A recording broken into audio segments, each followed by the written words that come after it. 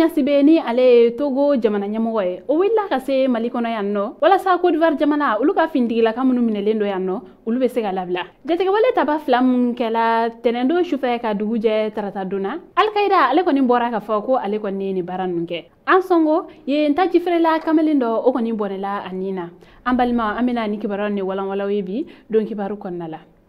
K'aw ladɔnniya k'a fɔ kunu arabadon janvier kalo tile 4 Fort Ɲasibe ni ale kɔni ye Togo jamana ɲɛmɔgɔ ye ni ale yɛrɛ kɔni fɛnɛ de ye ciden ye Mali ale ni Côte d'Ivoire jamana cɛla la walasa ka se ka olu ka finitigiw labila. K'aw ladɔnniya k'a fɔ ko Côte d'Ivoire jamana olu kɔni ka ni finitigi ninnu olu kɔni bɛ Mali kɔnɔ yan nɔ kabini juillet kalo tɛmɛlen. Wilikajɔ caman kɔni kɛra walasa ninnu kɔni bɛ se ka labila nka ɲɛ kɔni ma sɔrɔ a ma. Laban in kɔni na kɛrɛnkɛrɛnnenya la décembre kalo tile 22 Côte d'Ivoire jamana ɲɛmɔgɔ o kɔni ye wele kɔni bila CEDEAO jamana ɲɛmɔgɔw ma walasa u kɔni bɛ se ka fara ale kan ka Mali kɔni jagoya walasa cogoya min na Côte d'Ivoire jamana o finitigi ninnu bɛ se ka labila. K'aw ladɔnniya k'a fɔ ko ni finitigi ninnu yɛrɛ kɔni kun ye mɔgɔ 49 ye nka muso 3 kun bɛ a la olu labila la. O hukumu kɔnɔna la CEDEAO ale yɛrɛ kɔni fɛnɛ ye sɛbɛn kɔni kɛ ka jagoya Mali jamana ɲɛmɔgɔw kan ko u kɔni ka ni finitigi ninnu kɔni labila sɔni janvier kalo tile fɔlɔ cɛ. O baaraw kɔnɔna la Mali jamana ɲɛmɔgɔ olu kɔni ye ni ma 46 ka olu kɔni ka critiquew kɔni kɛ ka kɛ ni décembre kalo tile 30 ye. Ni waati fɔlen kɔni na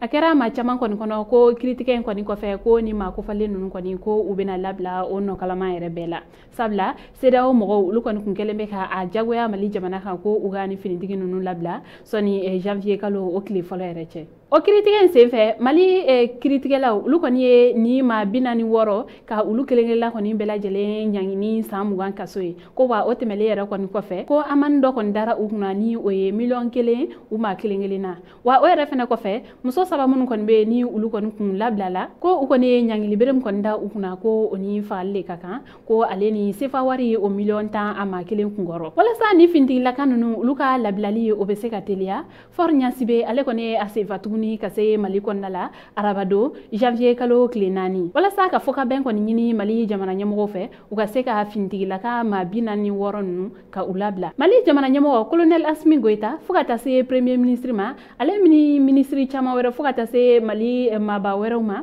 olu kɔni wulila ka taa Fort Ɲasibe ka taa a kɔni kunbɛn fo pankurusoba yɛrɛ la ni o ye an ka aéroport ye. Togo jamana ɲɛmɔgɔ ale kɔni bisimilala ka ɲɛ kosɛbɛ Mali jamana kɔnɔna la. Sanga damadɔ o kɔfɛ ani Mali jamana ɲɛmɔgɔ u kɔni ye ɲɔgɔn ye dɔ kɛ nka maa kɔni ma se k'a dɔn mun kɔni bɔra ni ɲɔgɔn ye kɔni kɔnɔna la. K'aw ladɔnniya k'a fɔ ko Fort Ɲasibe ale yɛrɛ kɔni seginna ka taa nka hali bi jateminɛw y'a yɛrɛ k'a fɔ ko Côte d'Ivoire jamana o finitigilakaw olu kɔni ma labila hali bi. Ko kɔni bɛ nin dakun na kibaruya wɛrɛ mana bɔ kɔfɛ an b'o da kulo kan. Al-Qaïda ni o ye jatigɛwale jɛkulu dɔ ye olu kɔni ye a yɛrɛ k'a fɔ ko bingalikɛwale minnu kɔni taara ka ɲɛsin Bamako ale lamini dugu 2 ma kɛrɛnkɛrɛnnenya la Kasela ale ni Marakakungo a sababuya la mɔgɔ 5 olu bɔnɛla u ni na olu ye a yɛrɛ k'a fɔ ko olu kɔni ne kun ka wulikajɔ nɔ ye nin ye. K'aw ladɔnniya k'a fɔ tɛnɛndon sufɛ ka dugu jɛ tarata donna janvier kalo tile 3 bingalikɛwale dɔ taara ka ɲɛsin Bamako ale lamini dugu dɔ ma kɛrɛnkɛrɛnnenya la Kasela yen péage la.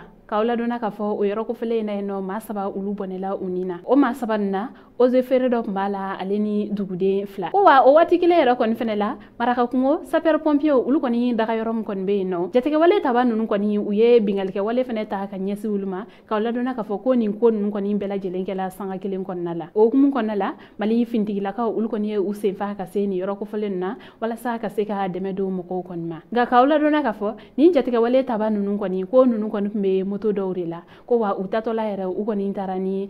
sapeur pompier olu kɔni ka mɔbili kelen ye u fɛ. K'aw ladɔnniya k'a fɔ ko Mali finitigilakaw olu kɔni bɛ wulikajɔ la hali bi walasa cogoya min na tɛgɛ bɛ se ka da ni maa ninnu kan. Kibaruya wɛrɛ m'an bolo ka da kulo kan o de ye siradala taji feerela dɔ o bɔnɛla ani la an sɔngo. Kibaruya min sera ma olu kɔni ye a yɛrɛ k'a fɔ ko nin kamalen ale kɔni kun ka baara bɛnnen do taji feere de ma an sɔngo sirada la ko ga tarata do janvier kalo tile 3 kisa kɔni ne nana ci nin kamalen kɔni na o hukumu kɔnɔna la u ye a cɛ ka taa ni a ye an sɔngo yen kɛnɛyaso la nka a ma ɲɛ nin kamalen ale kɔni ma se ka bɔ a la. Seere dɔw ka fɔ la ko nin kamalen min kɔni kun filɛ nin ye ko maa caman kɔni kun sigalen do a la k'a fɔ ko ale kɔni ne bɛ taa taji ka o di jatigɛwale tabaw ma kungow kɔnɔna la nka an bɛ waati min na i ko sisan maa min kɔni kɛra sababu ye ka nin kamalen ka a bɔnɛ ani na o ma se ka dɔn nka kibaruya wɛrɛ mana bɔ o kɔfɛ an b'o da kulo kan. An balimaw ni kibaruya ne tun b'an bolo ka da kulo kan ani ce a ka kulomajɔ la aw k'an bɛn a ɲɔgɔnna wɛrɛ.